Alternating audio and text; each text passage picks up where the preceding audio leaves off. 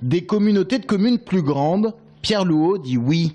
Il y était déjà favorable il y a 4 ans, une nécessité selon lui, d'autant plus que les conseils généraux sont appelés à disparaître. Donc le seuil minimum fixé par la loi sera 20 000 habitants.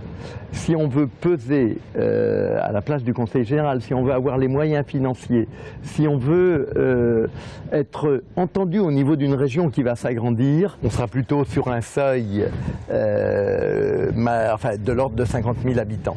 50 000 habitants, c'est justement le poids des 4 communautés de communes de la Touraine du Sud. Il y a 4 ans, le préfet d'Indre-et-Loire voulait les diviser par 2. Réaction des élus du coin, fusion à 4, sinon rien. Il y a des habitudes de travail. On a un pays sur ce territoire. On a commencé à mettre en commun les outils en matière de développement économique. C'est-à-dire qu'on n'a pas attendu la loi pour commencer à travailler.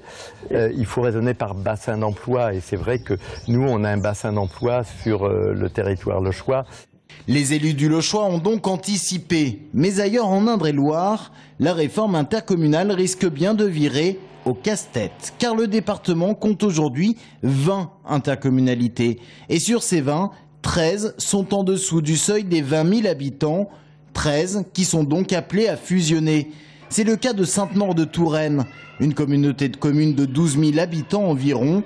Son président, Serge Moreau, voit mal avec qui il pourrait se marier. Il nous avait été proposé un mariage à 3 avec Richelieu et Sainte-Maure qui n'a pas abouti ces dernières années.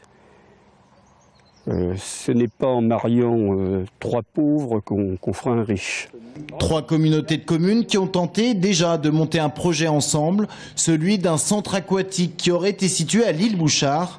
Le projet n'a jamais vu le jour. Ça posait des questions de transport et puis effectivement, les chefs-lieux de canton, dont Sainte-Maure, souhaitaient aussi garder leur piscine municipale. Les services à la population, une question très importante dans le monde rural et qui se pose déjà au sein des actuelles intercommunalités. Alors Serge Moreau se montre plutôt perplexe quant à l'avenir. Dans le Lochois, on a en tout cas réfléchi à cette problématique. Il y aura un siège central de la communauté de communes et des services déconcentrés sur le modèle des mairies d'arrondissement dans les grandes villes. Bon, alors ça va.